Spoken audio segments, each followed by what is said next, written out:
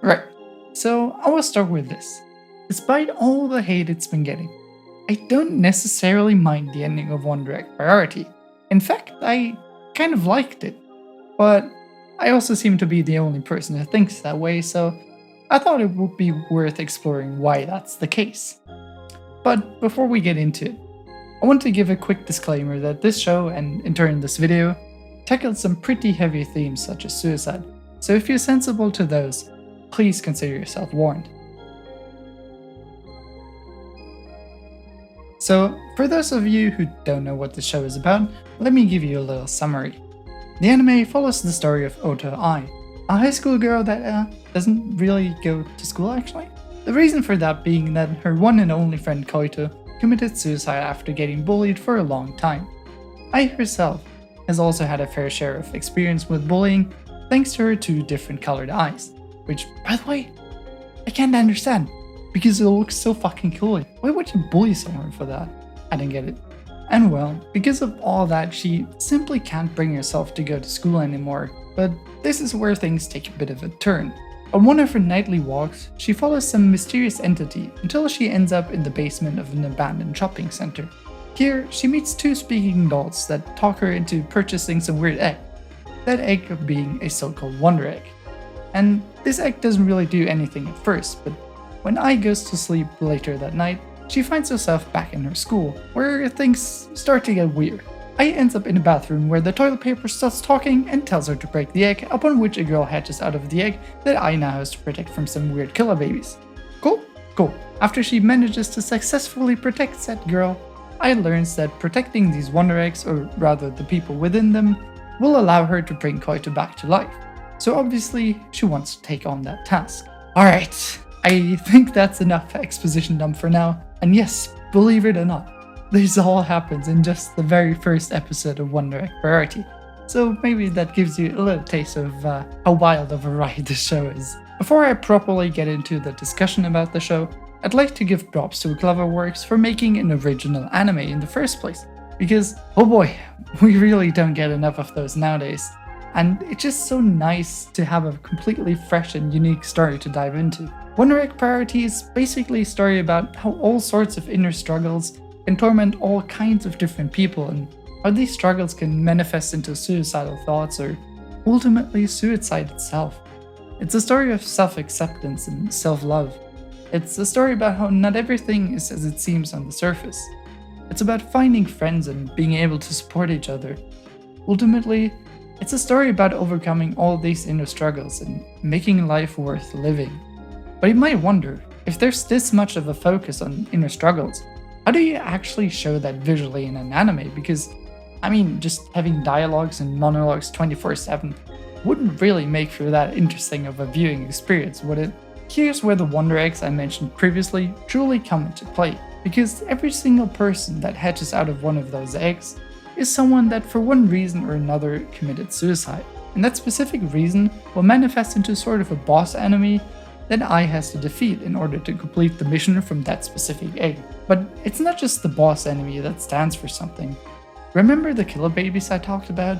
Well, they're not exactly just random killer babies. Rather, they stand for all the people that aren't directly part of the reason why someone committed suicide. Meaning that while they may have not been directly involved in the bullying, for example, these killer babies stand for all those people that just look away and do nothing.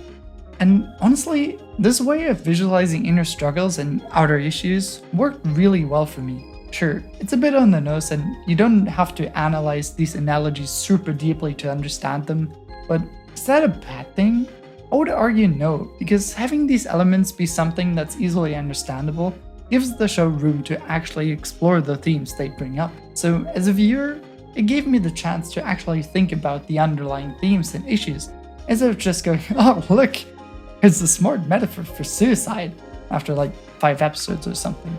So even though I saw a fair bit of criticism towards the way One Direct Priority visualized its themes, I thought it was done in a smart way that aids the story rather than just trying to be super smart and artsy. Since I've been going on about visualization for quite a bit now, I have to finally mention the actual visuals of the show because, my god, One Direct Priority is one good looking anime.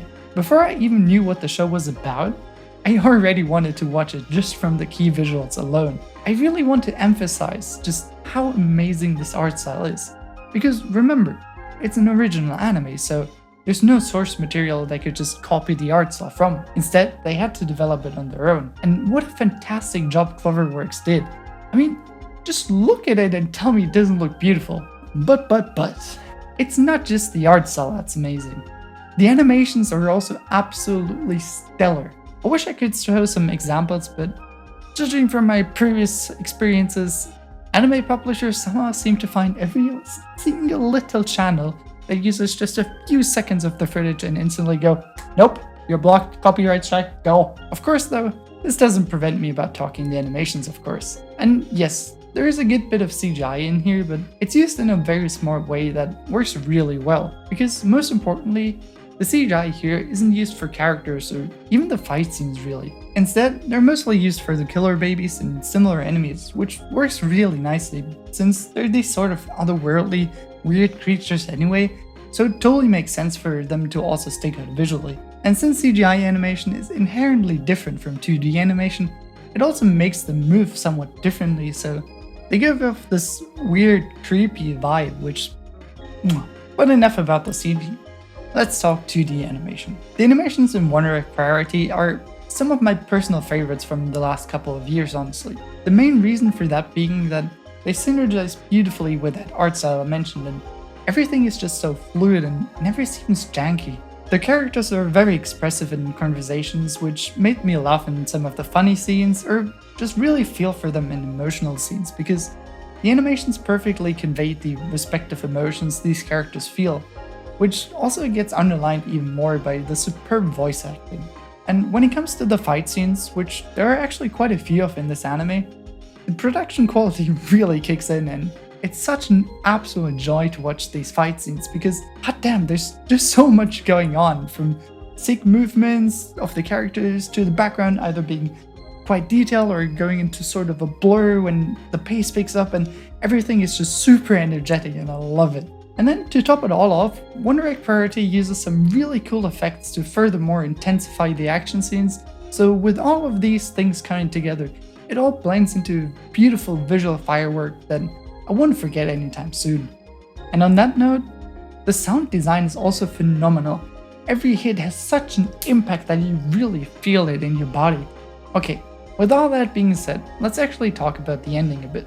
But don't worry, this will still be pretty much spoiler free, as I don't necessarily want to talk about specific story beats that happen towards the end of the show, but rather I want this to be a bit more of a general discussion on how to view and judge stories and how my approach might differ from other people, so let's get into it.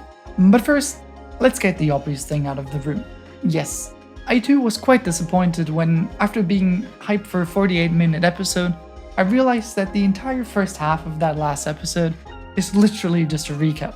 And yes, I was also a bit surprised and confused regarding the direction this last episode went in story-wise. And yes, overall I can definitely see quite a few flaws in this anime, but at the end of it, I was still left satisfied and with mostly positive emotions. But as I mentioned earlier, I kind of seem to be the only person who thinks that way, so I thought it would be worth talking about why that might be. I guess I should probably start with a realization I had when comparing my thoughts to what I read on the internet. What I realized is that I tend to view stories through the context of the world they present me.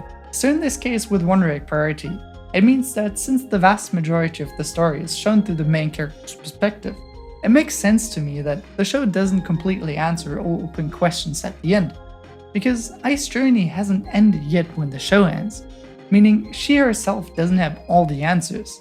So does the viewer really need to have all of them?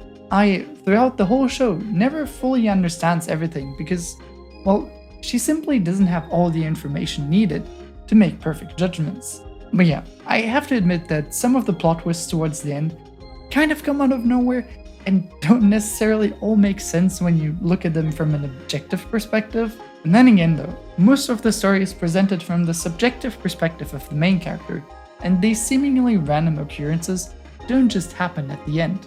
Basically, what I'm trying to say is that from the very beginning, Wonder Egg Priority presented me a supernatural world with sort of fantasy and sci-fi elements sprinkled in, so once I put myself into that scenario, I'm way more inclined to accept new story beats than if it was some realistic character drama. I think it's unfair to view all stories through the same lens, because they all try to accomplish different things, so why should they be judged the same? I personally think there's a lot more enjoyment to be found when just giving yourself into these worlds and judging the stories based on the world you're presented with, which is exactly what I tried to do with Wonder Egg Priority. So even when there were some out of nowhere revelations, I thought, okay, but does it make sense for this specific world for something like that to pop up? And most of the time, the answer was yes.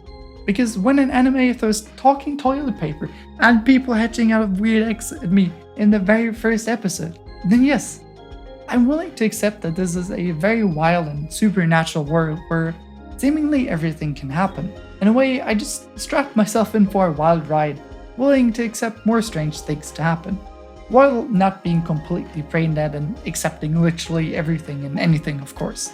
But don't get me wrong, Wonder Egg Priority storytelling is far from perfect, and I know the production of the show was an absolute nightmare, with a group of young talented people simply being a bit too ambitious. And I'm not trying to defend every single decision they made, because frankly, some of them really don't make sense, even with what I said previously. But I do think that the amount of hate the show's getting at the moment is quite excessive and disproportionate, because there are a lot of amazing aspects to Wonder Egg Priority. And I will gladly be the first to say that while it undeniably drops off a bit towards the end, overall, I still really enjoyed my time with Wonder Egg Priority, and I would strongly encourage you to at least give it a shot.